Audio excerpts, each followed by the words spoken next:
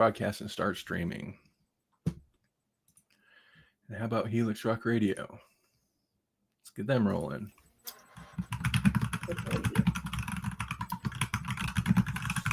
What a way for the stream to start.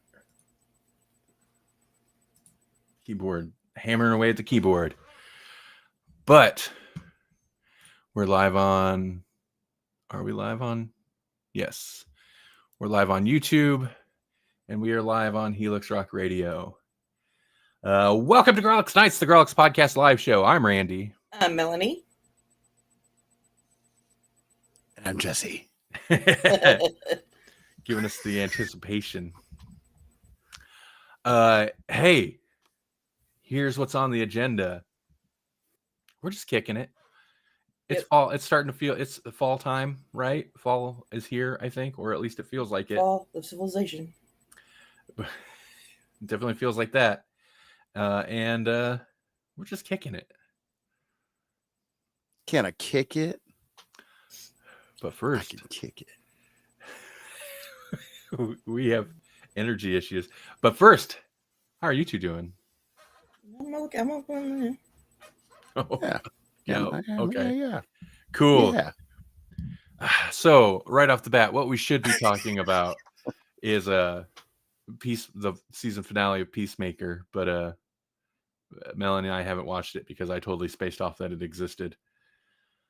So next time, probably. No, not next time. The time after, or the time after that. Yeah. One of the two.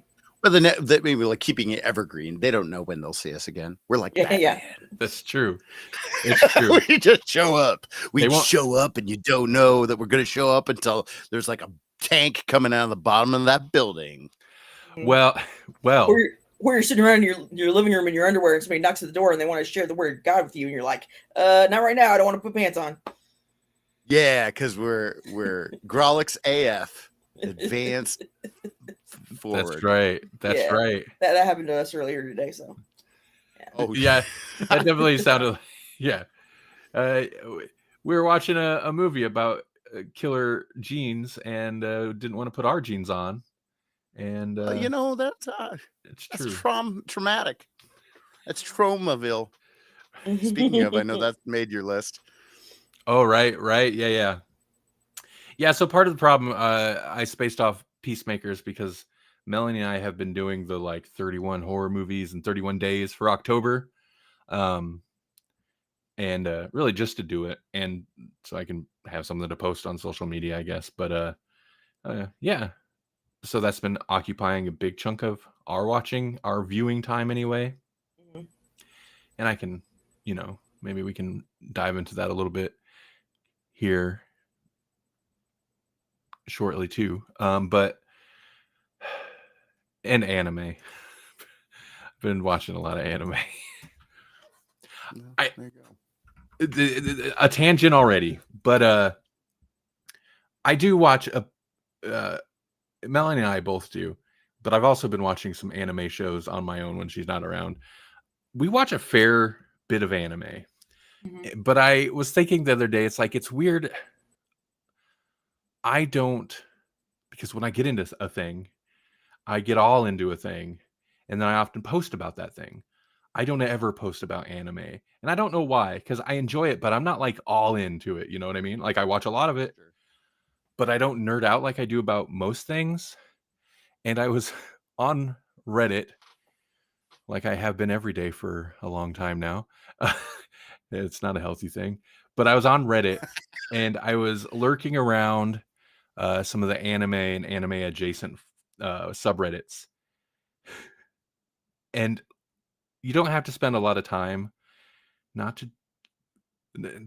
of them are going to hear this. So I don't have to worry about an angry fandom, but you don't have to spend a lot of time on there to it gives me old Reddit vibes being in there too long.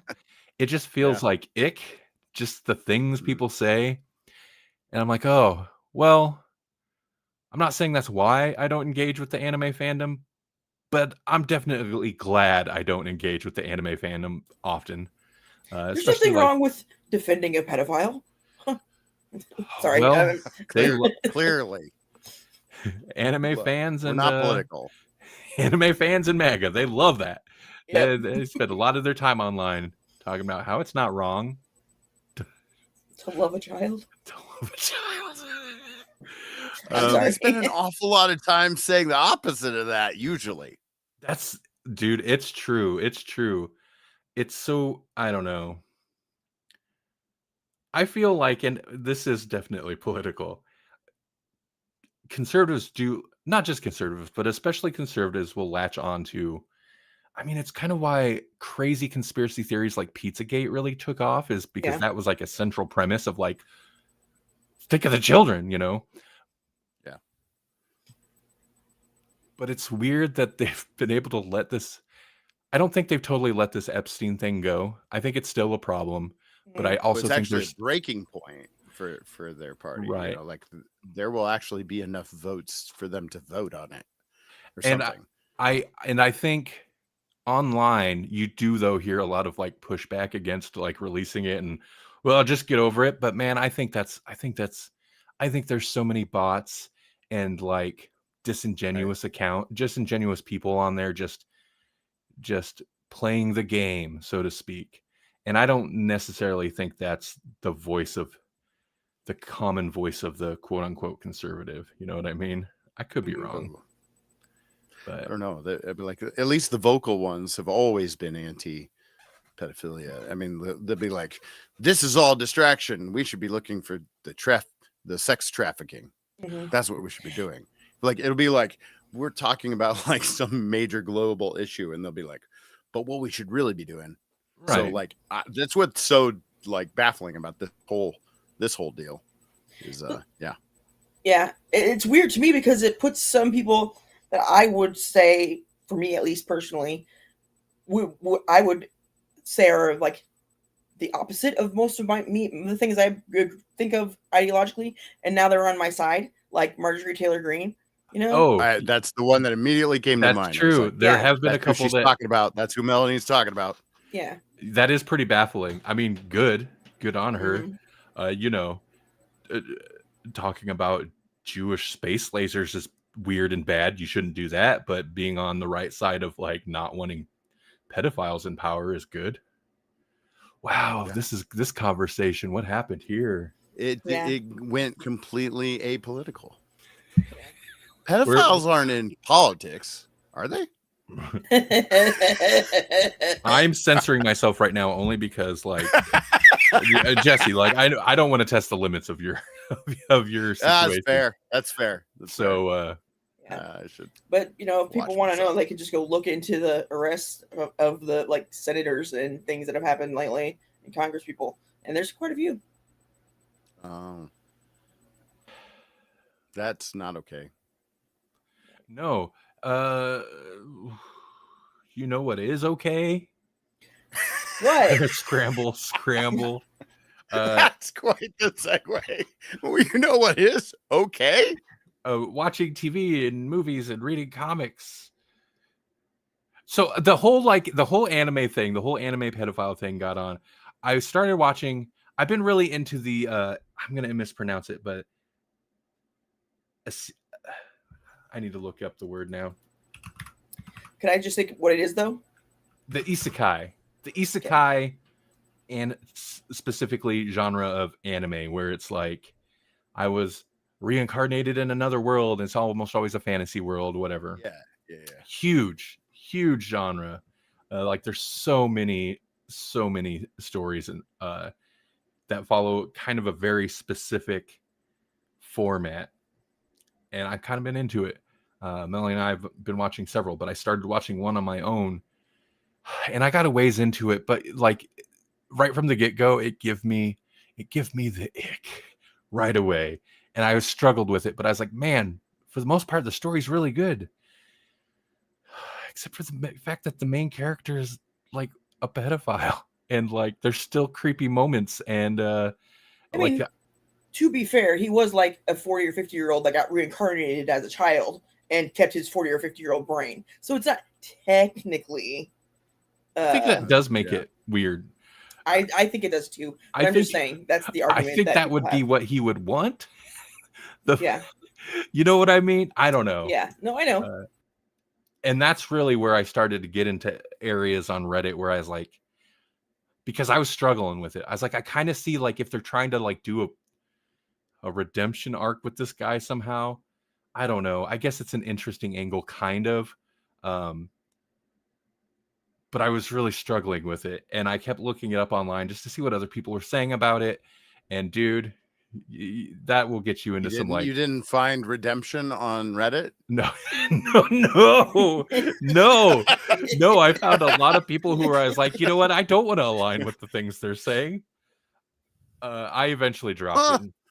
That's I weird. eventually dropped it. Yeah. Started watching Rise of the Shield Hero instead. Much better. Not to say there's not weirdness. Good But, old-fashioned violence. I mean, in that one, at least the guy is buying small slave children, but like he's good to them. Are you watching? He feeds them. Anime. That's what I'm watching. Wow. No, That's like, all over Netflix, guys. Have fun. you know, I don't know, man. I can't. Some of it, there's just things where I can't overlook it at a certain point. I'm like, I gotta stop watching this. Because you're a human, like you have human feelings, conscience, and critical thinking skills. If we had listeners that enjoyed anime, or maybe we'll come across this later, we're gonna listen. I admit I don't know gits about Ghost in the Shell or all kinds of things. Wu-Tang Clan. No. Yep. We need to stop talking about PDF files.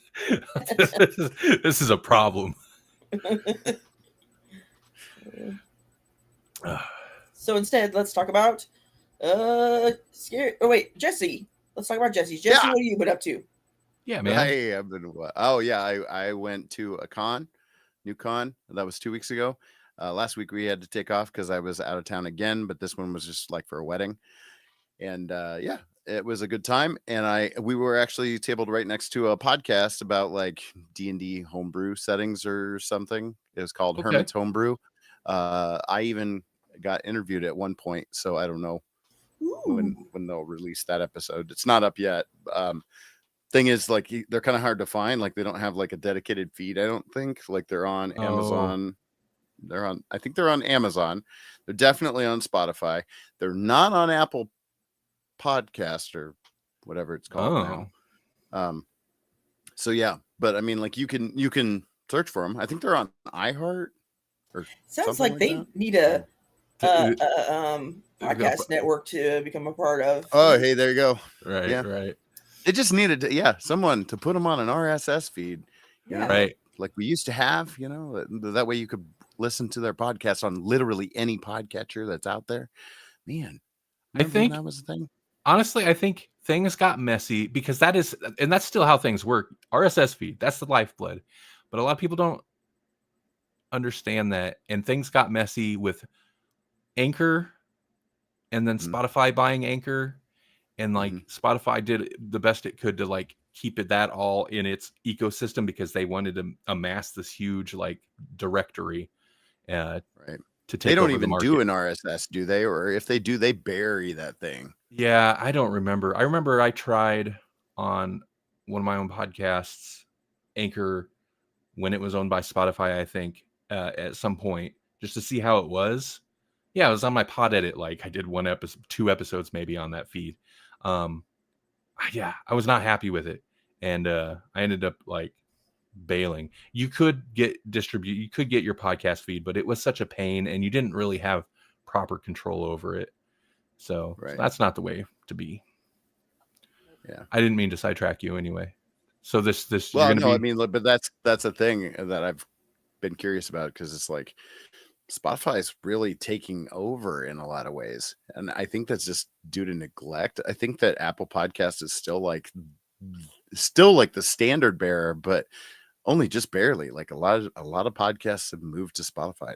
And I know that's always been their end game. I know that's kind of been their business plan or whatever, but I didn't think it was going to work. Yeah. I thought it was quite the gamble. Apparently they knew what they were doing. Anyways, if that podcast episode drops, um I'll promote it, I guess. This is what I'll do. One of the guests that was there at the con was the guy that's responsible for what's called basic is the basic fantasy system or whatever. And it's like it's a throwback system. It's in the OSR model, which is old school rules. So it's very much based on like first edition or advanced Dungeons and Dragons. Like that's kind of what it's based on. And it's just taking that kind of role play game and like expanding it or changing it a little bit, tweaking it. And the thing that's interesting about the basic fantasy system is that it's kind of a community. Like it's Okay. like I don't know if it's like a Discord server or what, but it's very collaborative, I guess. And so most of the resources that come out of basic fantasy is free. Like you can download it. But then they also sell books because people want books. Because when you're playing a game, you know, it's nice to have the book right there and not just have to scroll through an iPad.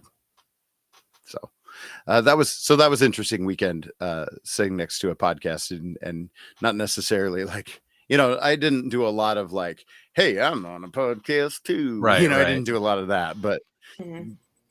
just because, you know, I was there to sell art. So Yeah. Right. Do they have D&D sessions or do people over the internet like you know like this or whatever? Because that's a great idea. They probably do. Of course they do. They would. But yeah, that would make it so much easier than trying to get everybody to show up at somebody's house and do it. Yeah. Yeah.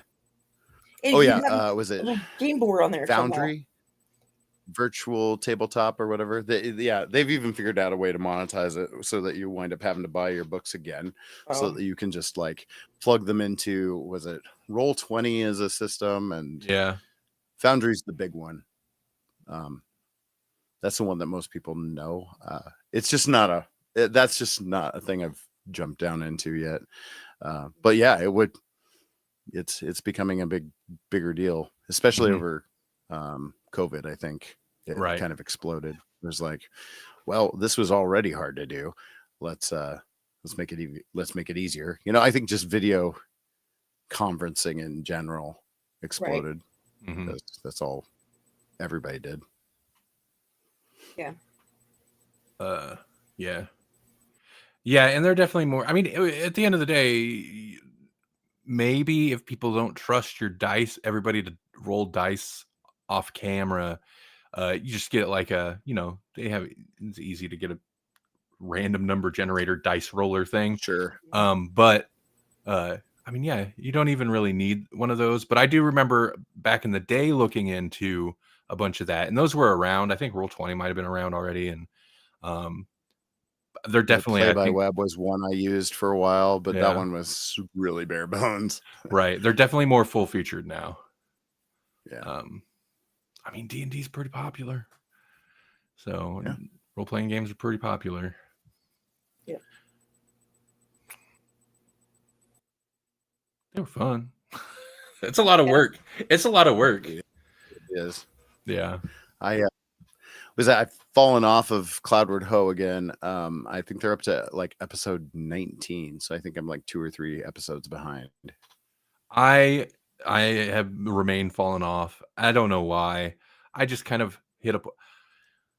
I remained fallen off, and although bring the noise, is that what it is? Yeah. Bring the noises back. Came back. I watched one episode of that. I like that show a lot. I paused my Dropout subscription for a month, only and not because I couldn't afford it, but I was kind of you weren't using it. I wasn't using it, and I'm penalizing them a little bit. I'm punishing them because I was very disappointed in what crowd control ended up being. Like, it's just, I don't know. I was so excited for that show, and something about it just doesn't. It sucks a little bit, and I hope it gets better. But I finally got irritated, and I was like, I'm gonna pause it and then see how I feel in a month. I'll come back eventually for D20. I'll get the itch. I can't stay away from I can't stay away from Brennan. BLM. I can't quit you. Nope. Can't quit you, Brennan. Nope. Sounds like sounds like Matt Mercer. People are like loving him as a player, and it's like y'all should have been watching D20 because he's a player in multiples. You know. I hope, Or man. at I least hope one or he's two of them. doing well over on Critical Role. I know I binged through a ton of D20 stuff and even a little bit of Critical Role stuff for a while, but the streams are so long. I'll see it like when it's live, I'm like, they're already into it. And then I'll see it later and it's like 4, almost 5 hours long. I'm like, I can't start that right now. No.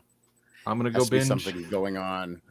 That's how I binge them, is like I'm doing something else and I'm not really watching the video element.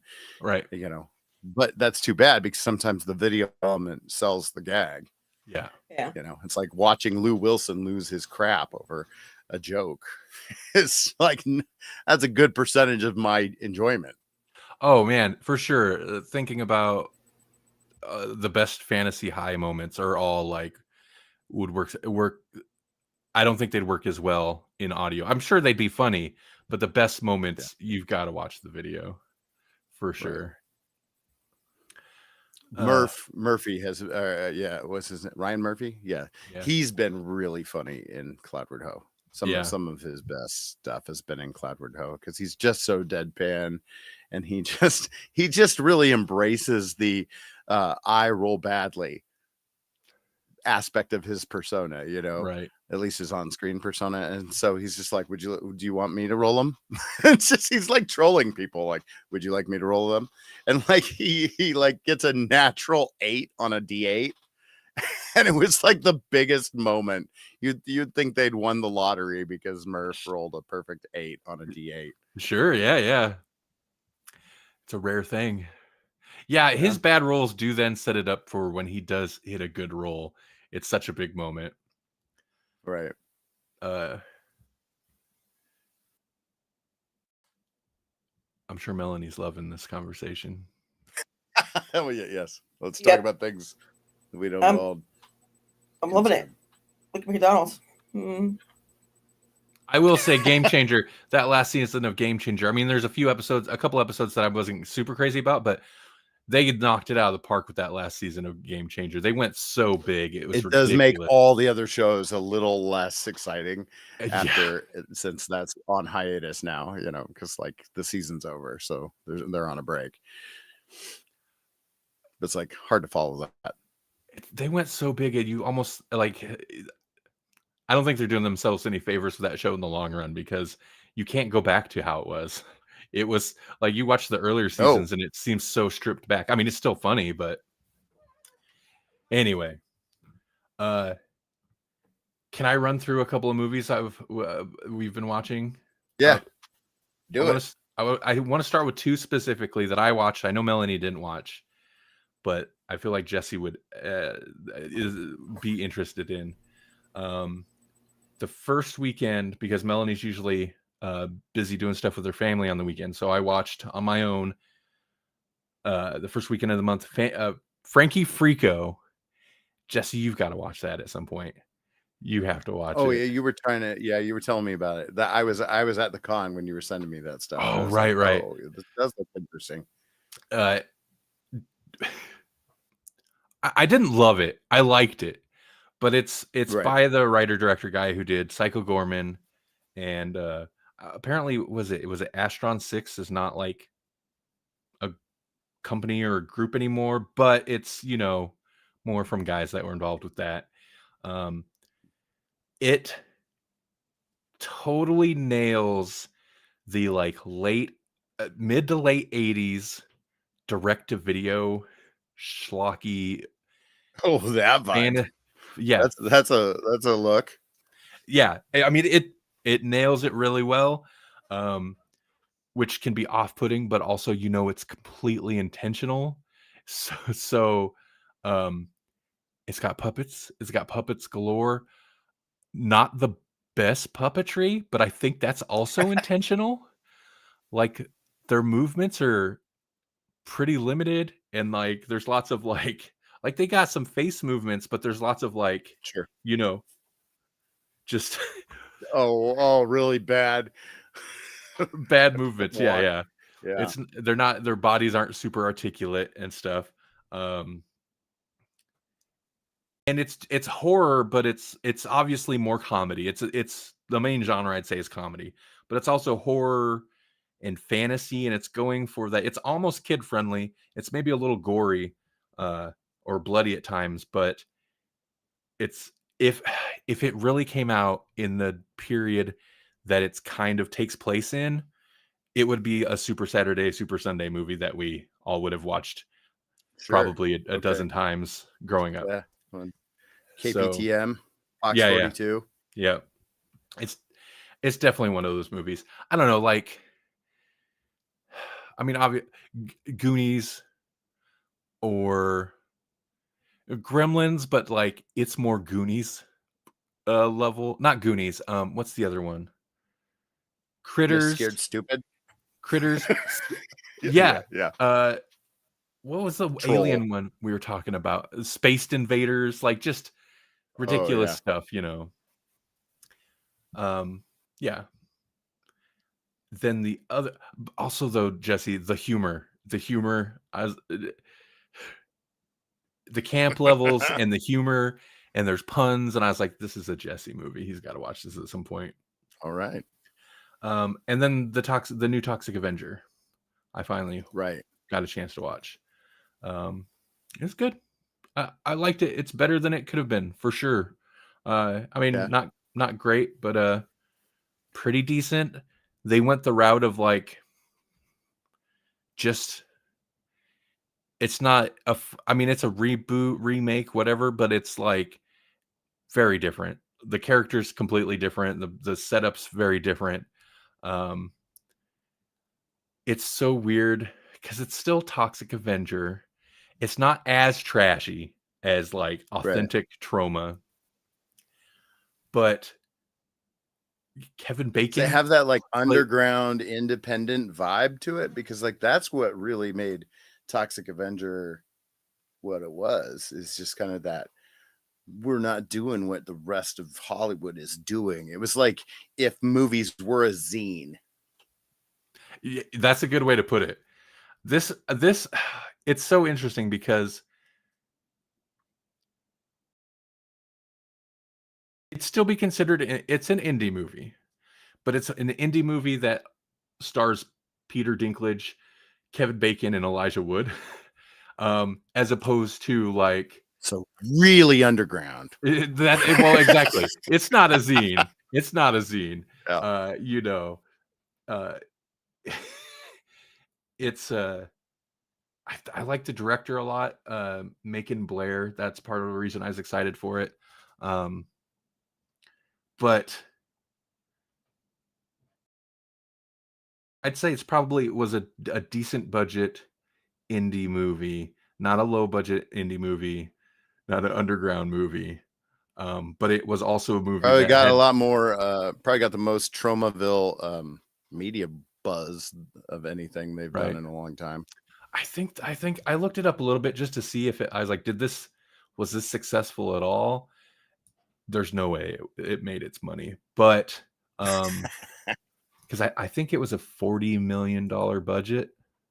It's crazy that a $40 million budget could be considered a indie movie. But that's where we are. Let's see. I suppose if you're gonna do good prosthetics and stuff.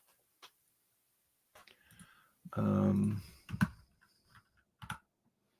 look at box office real quick.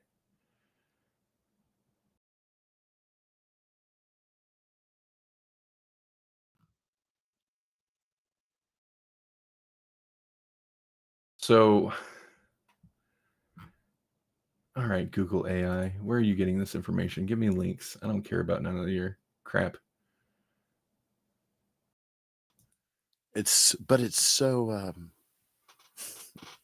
it's so good, right? Like it's so. At least it doesn't always, but at least they have it to where if it's pulling from specific links, it'll put the links there. So oftentimes I'll just hit those links then. But like also like Google, that's your job. You should just give me the good links to begin with instead of all your sponsored crap. Apparently it made 3.3 million worldwide. That's worldwide. Oh no. Do I have Okay, let's look at budget.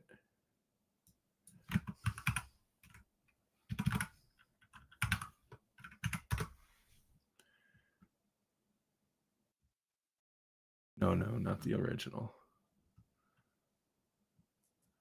The original was made for $500,000, which with inflation, like adjusted for like current inflation, would be 1.5 million.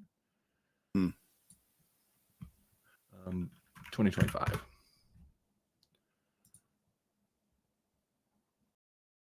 No, can that be right?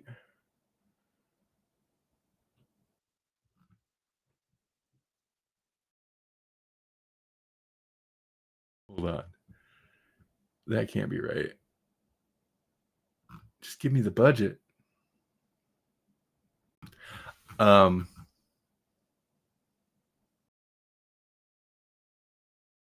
I will say it leans into the gore and the silliness. It's not as trashy, but there's some trash factor to it. It also felt like at times disjointed. Like I mean, there were a couple like gore things and a couple of things where the idea of it is pretty trashy and gross, but the execution wasn't that bad. And I watched the like unrated cut. Is like the title screen's even the Toxic Avenger unrated, and I was like, at the end, I was like, it wasn't like, I don't know, I could see that still skating by with an R easily. I want to say the best line is Toxie punches a dude in the butt, and I'm pretty sure like into his butt, and he goes, "Give me your lunch." Like, give me your lunch. Your lunch. Wow. Just into the dude's butt. Yeah. So I mean, you know, there's still some trash there. Yeah.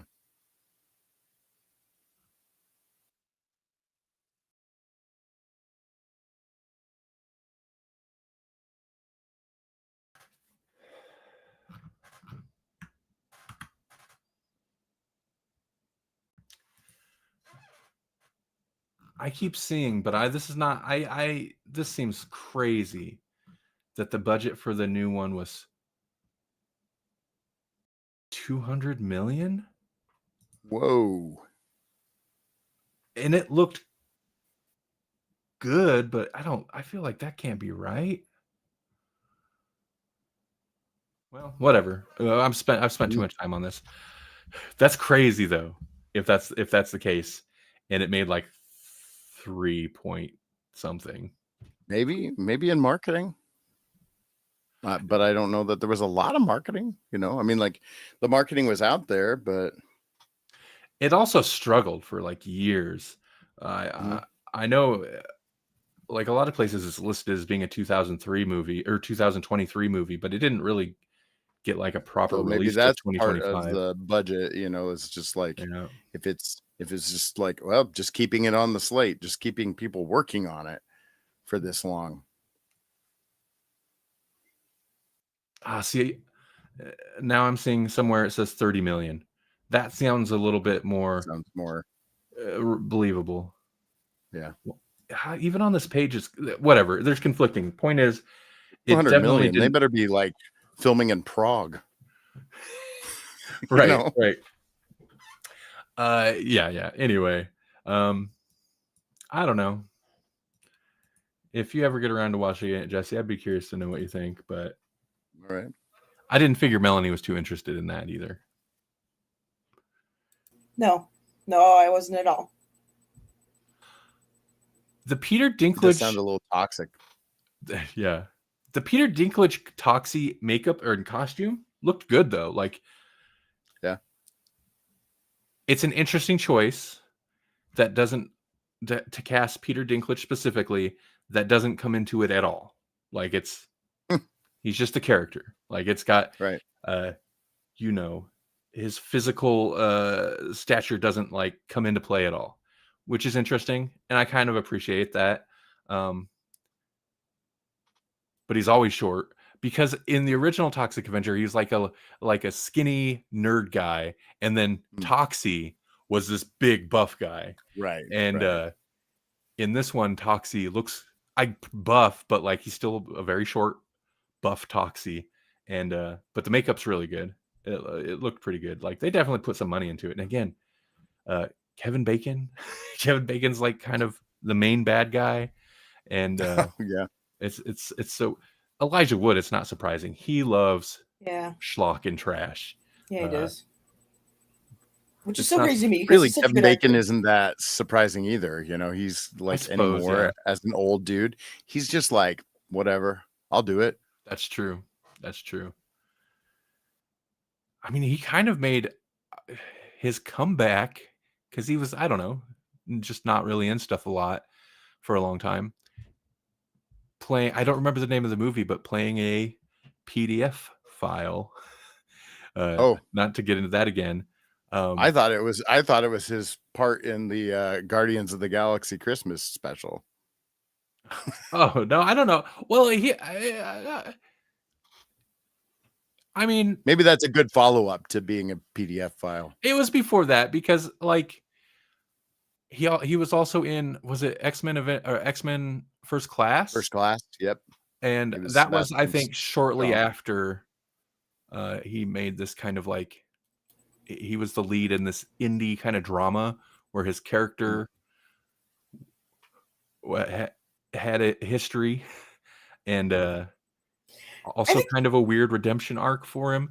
Weird. This is a weird episode. Why does this keep coming up? But I think you're wrong though. I think he's been in and out of relevance forever through our time because he was in whatever he's been in movies that just weren't all hits all the time. that's true. You know what I mean? Yeah, that's true. It was like he's in Footloose, but he's also in Tremors. Right. But Tremors was great. So. Oh yeah, no, it was great. He's also in like all sorts of bonkers stuff. Yeah. Yeah. But like Tremors wasn't like a thing where it's like, oh, this is going to be a blockbuster, and I'm playing a main character. Right. Yeah, that's a good point. I don't know how well Tremors did when it came out, but that like definitely hit on video and become kind of a cult classic. Yeah. But I don't know that it necessarily did all that well financially. Right.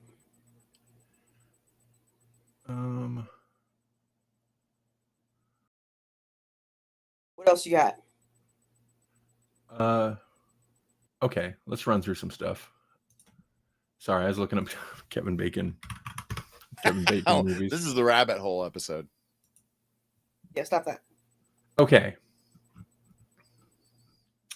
Bring Her Back. Mm-hmm. It was good, but it was depressing. Bring Her Back it's made by two directors. I think they're brothers who are also were YouTubers and would make crazy short films, but also like weird action shorts and just whatever. But then they made Talk to Me, which came out a couple years ago and did really, really well. That's an excellent horror movie. Has some real hardcore stuff where like a teen guy, there's a lot of self kind of mutilation in that. That's really hard to watch. It's a good movie and also very depressing. And I feel like with Bring Her Back, they're like, how can we do it? How can we turn that up to 11? And it's like, oh, let's have it be a child and have some horrible face. It goes hardcore. Like this will be a hard watch for a lot of people. Yeah, I didn't care for it for that aspect of it. It's pretty brutal. Like, yeah, the violence, and the gore, specifically with a child involved. But it was a good movie. It was depressing. Mm-hmm. But it was a super effective horror movie. Very tense. Very well directed. Like those guys are great. They're really good. Maybe they don't need to go so hard on certain aspects for their next movie, but Yeah. you know, They don't need no toes in anything either. so no ghost nibbling your toes. Yeah.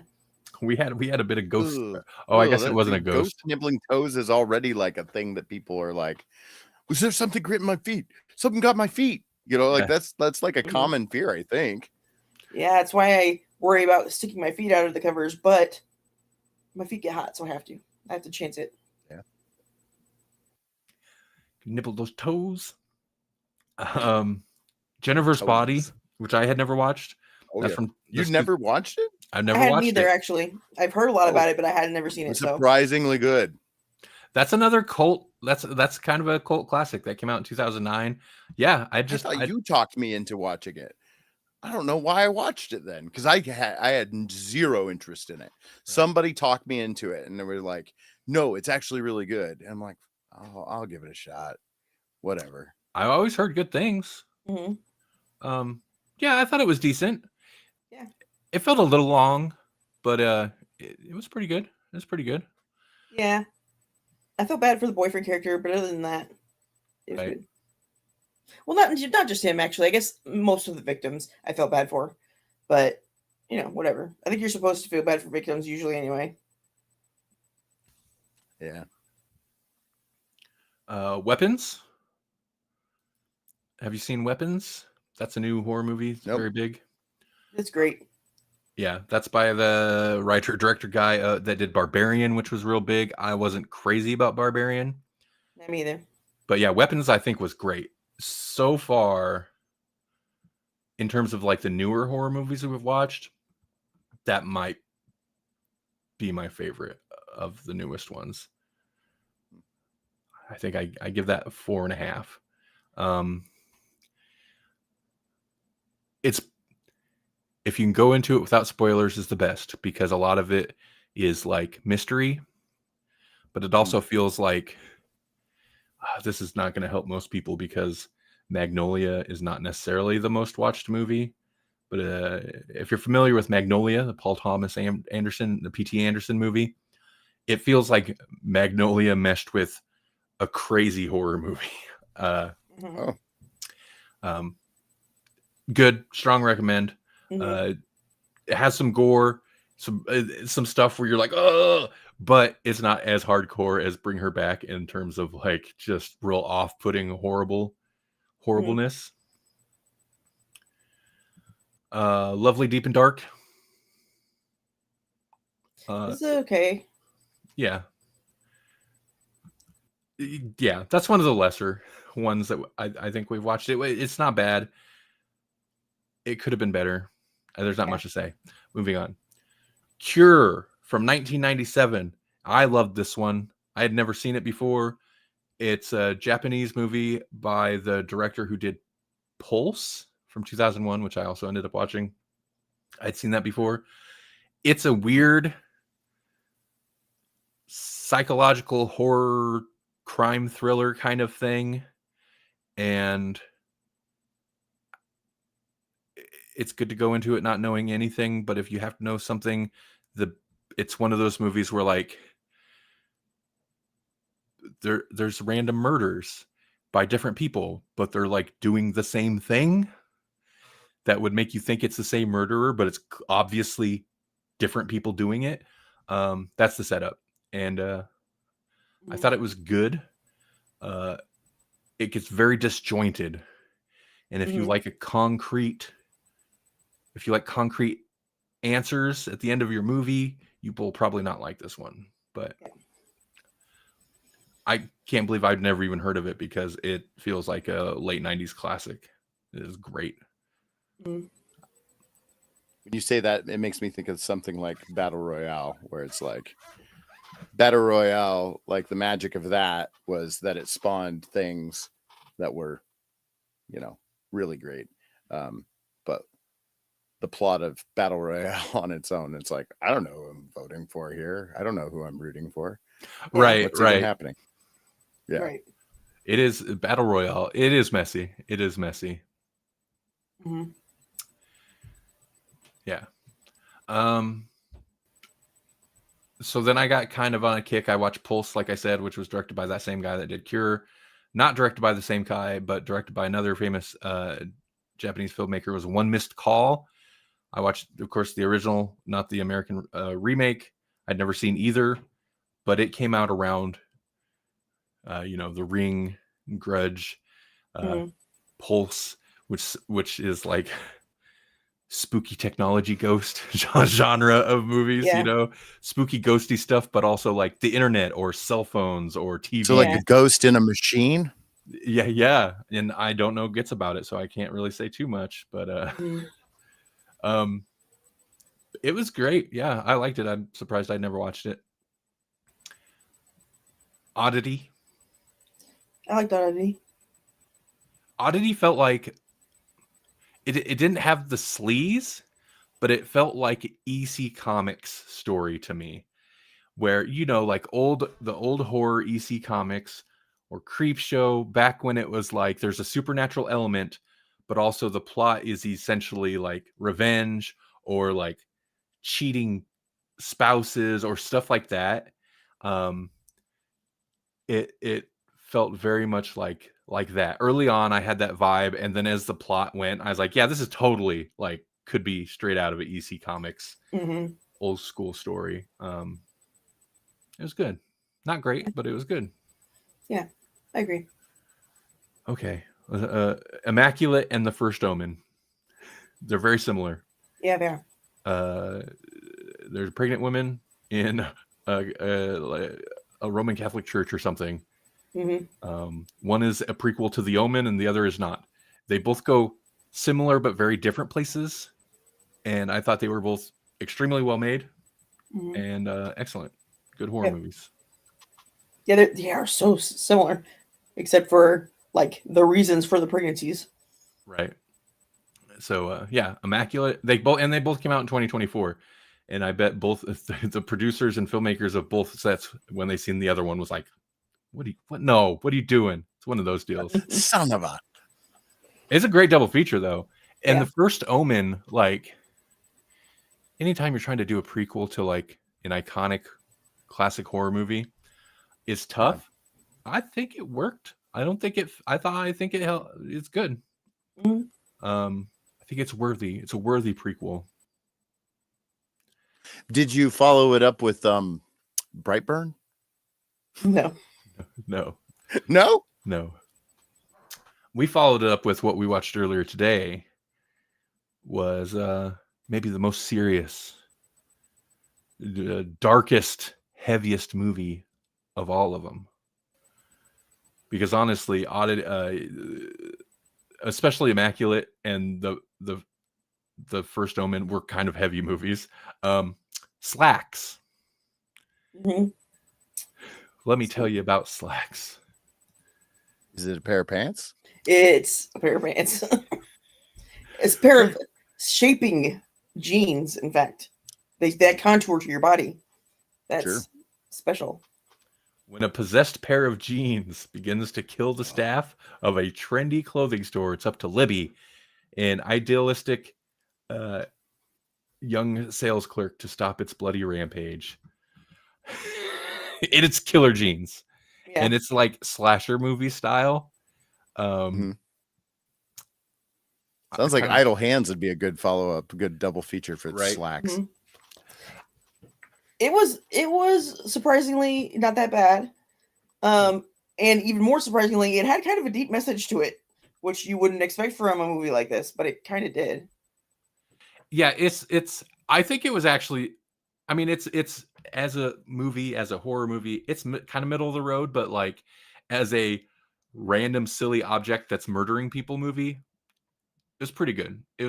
So they really weren't slacking. No.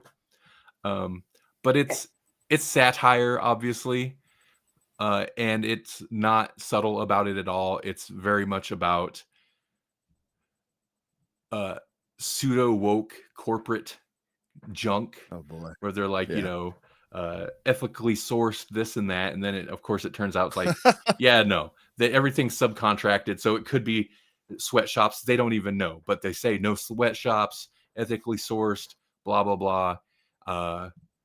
And then there's lots of stuff like, uh, yeah, we don't have to get into all of it, but It makes me think of the Labubu episode of South Park. Mhm. yeah, I don't know if sure, you've seen sure. that one, but Yeah. I'm like, yeah, The one thing from it's the like, movie that oh really yeah, that really struck me was the main character is like that's her first day at the job, and they're like, you can't wear that, you have to go buy something that's in season. And that they totally did that to my niece Bella at her job. They like when she had her first review or whatever, they're like, you need to get some clothes that are in season and stay with the seasons, otherwise it's just not going to work. And I'm like, are you buying her clothes? Because she's working part-time and she's a teenager, and her mom is on a fixed income. There's like, she doesn't have money for new clothes all the time, especially at stores at the mall. And it just seems ridiculous that why is that even necessary? But apparently it's a thing because they brought it up there too. Wow. Okay, it's not satire. It's yeah, an almost true story about. what? No, I don't know. Yeah, no, I thought that was ridiculous, but Based apparently on that part true events. it was very on point. Apparently. It was. Okay, so that's been my 31 in horror movies in 31 days so far, for the most part. Yeah, we already talked about 28 years later and Yeah. those ones before. So yeah. Jesse, have you been reading or Basically, I've watched documentaries. So I right? watched a documentary on Chris Claremont's X-Men. It's on Tubi, which is free. So, it's pretty decent. It was interesting look into probably one of the best runs. He was on the X-Men for like a decade. It's Yeah. crazy. And then they kind of just like ousted him because the times had changed. And it's interesting because that's really what happened. Like, artists became more important than the writer at that Right, point in the right. 90s, and so like that's what caused basically Image to happen, whereas like Jim Lee and Rob Liefeld and all these superstar artists started to be more important than the person writing the story. Like they would just draw what they wanted to do. Like Rob Liefeld would sometimes be like, yeah, I'm going to draw this. And then the writer would almost have to like curtail what they were writing to fit what they were getting in the pages, which that's problematic. That's it's kind of the Marvel method, like the old school Marvel way, where like Jack Kirby would send Stan Lee pages and then Stan Lee would just write a ton. Yeah. But like, if you're kind both of in a not in agreement problematic that's way. if you're not in agreement, that's Yeah. how the process is supposed to go, then yeah, it's definitely a problem. Right. That's one half of the team just ignoring the other half wholesale. Yeah, so it was interesting, and there were some things I didn't realize about it. Like, at least two of Chris Claremont's editors were women, and they were awesome. And so it was like, oh, well, this makes a lot of sense. And he really worked. You're like, it makes sense to look back at it and be like, oh, that was revolutionary. But at the time, I didn't think anything of it. It's like he was adding not just girl characters into X-Men in a way that hadn't been done really a lot in the other books. Like in the Fantastic Four, when it started, Sue Storm was like a girl. She was like the token girl, right? And that was kind of the way it was. Is like the Avengers, you had the Wasp, and she was like her thing was to be diminutive. Like she's the smallest character and she was the only woman on the team. And then the X-Men come along and you got Storm. You've got granted Marvel Girl that was created when like Stan Lee created it, but like then Chris Claremont is introducing like Rogue and all these characters that became iconic and were already actual women in comics. And it's like, oh wow. And he had this whole thing of like when they would create a character, he'd be like, was there any reason that one can't be a woman? And it was like, boom. And they were really into diversity kind of ahead of their time, because you think about Aurora, think of Storm, she was from Africa. If you think about like Shadowcat, she was a Jewish girl. Wolverine was Canadian. Kurt Wagner was, he's from Germany. Right. Yeah, that's that. Yeah. Well, a lot of I don't know, the DNA of what has kind of just been the X-Men for decades and decades now came from a lot of Chris Claremont's run. And Yeah. the X-Men was always like, I mean, that's kind of its thing, like Mhm. minority groups, Yeah. all about diversity and yeah. Mhm. Yeah, so it was a good documentary. I mean, you could tell it was very independently made. It's not like the other one that I watched, which was a Paramount production Right. about Eminem. So I had these two different documentaries on total opposite ends of the scale. This one was like independently, like a love letter kind of project. And it's just like Chris Claremont and his editors on a couch. And then they would interview people like Jim Shooter and people that were big in the industry and involved. So it did what a documentary is supposed to do. But then you've got Stans, which is about Eminem and his rise, and to the point where like even the song Stan became a thing that has a definition in the dictionary now. Mhm. And so it was Right. like this whole thing of like kind of the rise, and then his dip into rehab and whatnot, and then how he kind of came back from that and all that. And it was really good, but it had that Paramount money behind it, and it Mhm. was very slick, very polished, very very favorable. Mhm. So Sure. Yeah, interesting. What made you watch that? it just was there, like I watched I watched Chris Claremont's X-Men one, and it was like I'd seen it had been on the like, so it's the algorithm, man. They were just feeding me stuff. They were like, Yeah. I bet you kind of like Eminem. I bet you like Eminem enough to watch this. And I was like, Sure. you know what? I do. Sure. Yeah. I do like him just enough to watch this. Had a documentary on a documentary kick. Nothing wrong with that. Yeah. Yeah. It was just back-to-back documentaries. And then I watched Onyx the Fortuitous. Right. And the Talisman of Souls, which I had no context for. I heard some nerds talking about it, and I was like, man, that sounds nerdy. I better watch it. It sounded like an Ernest movie. It sounded like a dumb Ernest movie, and I was just like, this is fascinating how much you guys are talking about this like it's good. So I gotta see it. Now, And were then, you not super familiar with the viral videos thing he was a no, part of like I had forever ago? zero context. They were just like talking so lovingly about that. They were talking about that whole phenomenon, or the Mhm. memes and the viral videos, and they were explaining that, and it was like, that sounds fascinating. And so I was like, I'll give it a try. But like the movie doesn't tell you any of that. It does give you like clips of those videos at the end, kind of thing. And it was like, oh, this is where this character came from. But like you've already watched the movie at that point. So for me, a guy who just didn't know, I was just like, oh, this is just a character like Ernest. Okay, That's kind of how interesting. it felt to me. I felt like I was watching like sort of a pseudo Ernest movie. So, listeners, if you don't know, it's long time, 13 years ago at least, maybe. It's the guy that would edit himself. He's a comedian. He would edit himself into news reports as like being one of the people like being interviewed, and one was about uh people being offended about putting up a statue, a satanic church, a Baphomet Yeah. statue, Yeah. and that's where he did the like, notice me, senpai, notice me. And then there was another one where he's like a fast food worker where somebody got attacked or something, and he does the yeah, you did it before. I don't know, or what how's it go? I don't know. Yeah, just He's real fast. Like, I don't know. yeah, that guy. So if you've seen that, you know what we're talking about. And Mhm. he talks like he's got a really interesting cadence. Like, Mhm.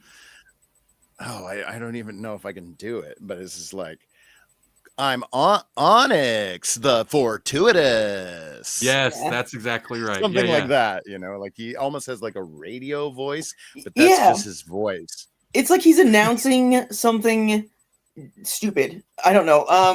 Like he's like a kid playing at announcer for like a game or something. Is what it sounds like, you know. So When in doubt, skewer it out, or something. Or like he just Mhm. would have a weird saying or something, and he would enunciate it in that way. Mm-hmm. to be honest, your opinion of the movie, not knowing him as a character at all, is probably more relevant to most people. So how was it? How was it without like that pre-existing knowledge of this character? I mean, that's kind of like what I've said about it is kind of, it's not bad. It's like it's it's like a movie I've seen before, but it's like I had seen I don't know. I'm trying to think of what it's most like, and it's basically that whole, a group of people is invited to what would be kind of a haunted house kind of a deal. Okay. But it's like kind of a trap, and you just can see it a mile away. It's like, Okay. oh, y'all got invited here because you're going to be part of some kind of sacrifice, right? Okay. Like you could just see that walking up Front Street kind of deal. Like the plot is just paper thin, but it embraces it so well. Like it embraces it wholeheartly. So you can't hate that, because you're like, oh, that's just what this is. So it's that kind of deal where it's like, oh, you won. You're a devout follower of this thing, and so you get invited to be part of the ritual that's going to bring back Abaddon or something. Okay. And Okay. and it's for this like kind of satanic whatever, and so they're like, I'm your biggest follower, and so they have to send like a video testimonial or whatever about how they're why you should choose me, because I'm the most devout of your followers or whatever. And so you've got like the 5 that show up, and they each have like this thing, like it's so like, oh, I don't know, kind of 80s, kind of 90s, low rent, sort of horror, but not quite. I Sure. don't know. Sure. All right. Cool. Yeah. 2023. I'm surprised. Like that's so much later than those memes hit for it to come out. That's kind of crazy. It feels almost like a period piece in the way that like Stranger Things or something like that would be, Sure. but this Okay. is more like an homage, where that is more of a like, oh, we're doing our own thing, we're doing a modern thing, but set in a period, right? Yeah. Whereas this feels like, oh man, I'm just embracing this whole thing. Like they do a full-blown like Meatloaf reference, Bat Out of Hell thing, right? Like right in Okay. the middle of it. And I was just like, Okay. man, they just went whole hog on this vibe, you know? Right. Uh. Would I recommend it? Man, if you already like this guy, this is really well done. So you probably will really vibe with this movie. If you don't, I still enjoyed it. Okay. I think I would have enjoyed it even more if I had actually known about him in advance. This feels like a culmination project. Just like, hey, you guys have really loved this character for a long time. We're going to actually make a movie with him. It was kickstarted, so the fans actually helped fund this thing, and I think it came out as a really cool thing. I was very impressed. I was really impressed with the production quality of it. I'm Okay. like, it's a slick little movie. But if you if you're not willing to have a little irreverent fun, then this isn't going to be your movie. You won't like this at all. Right. Cool. Yeah, those movies all sound amazing. They were pretty amazing. You know what else is amazing? What? What else? The planet. But unfortunately, it has humans. So I'm going to read, Bummer. instead of like one story, I'm just going to hit a few. Okay. Okay, so unfortunately, the planet has passed the first tipping point in climate change. So coral reefs are doomed. There's a record-breaking heat wave spanning the entire Pacific Ocean, which will affect sea life like in Panama, where the ocean cycle has collapsed, so it's no longer receiving the surge of nutrient-rich cold water that fueled its fisheries and coral reefs. Or also the blue whales, whose songs have decreased 40%, which is a sign of starvation and system collapse. And the problems will probably be exacerbated because it is also connected to methane that has begun to seep up from the Arctic seabed at an alarming rate. And it's going to further climate change and cause the extinction of more species like the Xerxes butterfly and the slender-billed curlews that went extinct this year. And also fuel dramatic evolutionary changes like the squirrels in California that are now carnivorous. But the good news is the planet will correct itself and bring balance back. It just probably have to kill us all in the process. But there you go. I think we need to meat-eating squirrels. Yeah, they're started hunting and eating other animals. We need to redefine what amazing is. What amazing means. We're in trouble. I know. That wasn't so bad. That was brutal. Oh God. It just drives me crazy. People take it seriously, Oh. Yeah, that was pretty brutal. I gotta go to sleep somehow.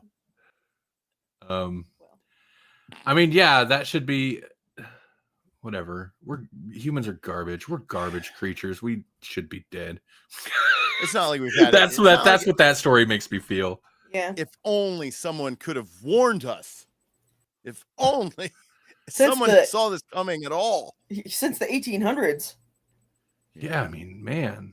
Was it like the 1890s was the first story they had, I think.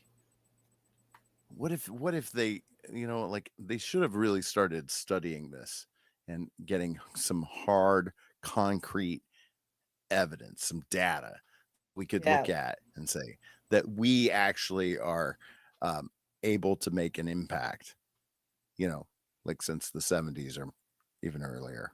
Yeah. Yeah. Oh, you mean like the studies that the big oil executives willfully suppressed because they wanted to make money? They didn't want it to hurt their industry. Oh, was that a thing that happened? Mm-hmm. The numerous should be probably considered horrible crimes against humanity that them and every politician trying to suppress that for their own personal gain. This is not. No, it's not political. I mean, they should probably. This is not political. Capital punishment. It sucks, but maybe it's worth it for some things. The thing was, I went to look for a science story, and all of those were all of the science stories that I posted in the last 2 weeks. Not one good thing. All of them were that. And I had just got done getting an argument with somebody online, which I shouldn't do. I should stop doing that. But because they were talking about they might need to start taxing people, not here necessarily, but in some countries, taxing people for their carbon footprint, so that would deter them from continuing to do that. Right. And somebody's like, that's what it's all been about the whole time. And I'm like, oh yeah, decades of studies and warning and begging people to do something about it. That was all just so we could raise your taxes today. Anyway, whatever. And so Of course. It's always about money, man. I mean, now it's good, but like it's going to be about money because like this stuff is going to impact, like it's going to be expensive to try and compensate for the damage that's done. Yeah. Well, I mean, every time there's a disaster relief, which is more and more and more. Well, and then like all the houses that have burned down and the forest fires that have been going on all over the place, and just the increased hurricanes tearing down houses and businesses, and and of course it's going to cost us more and more and more. But hey, so long as the big industry executives and the politicians made their bag, they're going to become immortal anyway when they download their consciousnesses into their new robots that they're building. Yeah, that's not them. I'm sorry to break it to everybody that wants to like Download your consciousness. make an AI of themselves to live forever. It's like that's not you though. It's like no. teleportation, or it's like a Yeah, it's like concept of teleportation. Yeah, I've often think, no, I don't ever want to teleport. I'm pretty much dead then. I'm Yeah. pretty sure that just means I'm gone. And, yeah, and a Otherwise, digital you end copy up- of you is even less. Sorry, go Yeah, I ahead. was gonna say. Then otherwise, then you end up with what is that movie? Multiplicity. No. Well, I mean, potentially, Oh, yeah, Primer. No, not Primer. Prestige. With Prestige, the Prestige, yes. You know, or that you have to take all your copies and drown them when they come out, so there aren't a whole bunch of you around. Right. And then keep them all in the water tubes in your basement. Just get rid of those bodies. What are you doing? We needed those to frame people. If there was a theme for this episode, it's horror. Yeah. The horrors of man, the horrors of science. Mm-hmm. Oh, the horror. Yes. Perfect month. Man, in any other story, carnivorous squirrels would be way cooler. Yeah, I know. So much cooler, but it's like, no, see, they're there because y'all had a chance to not have carnivorous squirrels, and you were like, you know what, those would be cool. So let's just keep throwing away paper and plastic. Yeah. Well, I mean, you know, and if you ain't got nothing else to eat, what you gonna do? You gotta eat your friends. Right. True. Yeah. Welcome to the squirrel apocalypse. This was an episode of all time. This was of all time. All right. Hey, Jesse, you got anything you want to mention before we bounce out of here? Nothing new. Nope. When I got more info to tell, I will. Yeah, I'll be doing Edge of the Abyss tomorrow on Helix Rock Radio, rockradio.live, where you might be listening to us right now. Other than that, do you have any like carnivorous squirrel metal? Like, is that a genre yet? I don't know about it as a genre, but I bet you can find a song about a carnivorous squirrel of some kind. I feel like that's war territory. Well, I was just thinking Gwar, you know, there was somebody the other day that was like, Gwar did some terrible things on stage. It's like, oh, so you went to a Gwar show. Right. Oh yeah. They people were celebrities. They've always done that. They've always done horrible acts of violence, terrible, tasteless garbage. Right. A gory stage show where they're decapitating paper mache politicians and celebrities. Like, that's not new. Yeah, people were trying to drum up some drama or some outrage about that. And it's like, yeah, they've also done Obama and Hillary and the Reaganator. Right. So you know, it's not gonna work. Go somewhere else. Did Trump long before he was ever president. Oh, probably, yeah. It's not gonna work. Yeah. Nope. Go farm your outrage elsewhere. Outrage somewhere else. Mm-hmm. All right, thanks everybody. Thanks for listening. This has been a show, and you've been a listener. I don't know what. Aren't you lucky? Aren't you lucky? Grawlixpodcast.com, GRAWLIX podcast.com. Hey, check out the podcast feed. Check us out on Apple Podcasts. There's an episode up. Somebody commented. It was fun to listen to. It was weird. Yeah. Yeah, I was like, whoa, hey, we used to be good at this. Right. You must have done some audio pod editing magic. That podedit.com. I did do some podedit.com podcast. Oh, I can tell it's smooth. We made sense. It was. I did definitely did some content edit. I was a little confused. I'm like, we were good. Right. I know that was my first clue. I was like, oh, I know a podcast editor. I didn't have to do too much like major rearranging or anything. I don't think I really did much of anything. It was a pretty light edit, but of course, you know, I tightened it up and stuff. But I do wonder how the live shows. I mean, I know I edit it, but at that point, I'm like almost too close to it. I'll have to go back and listen to the final product again. I do Sure. wonder how the live shows translate. But yeah, somebody commented on one of the platforms and said, "Hey, we finally remembered they're there. They exist," or something along those lines. Like, yep, we remembered. We found the login. Somebody remembered their login. Yep. All right. Bye, YouTube.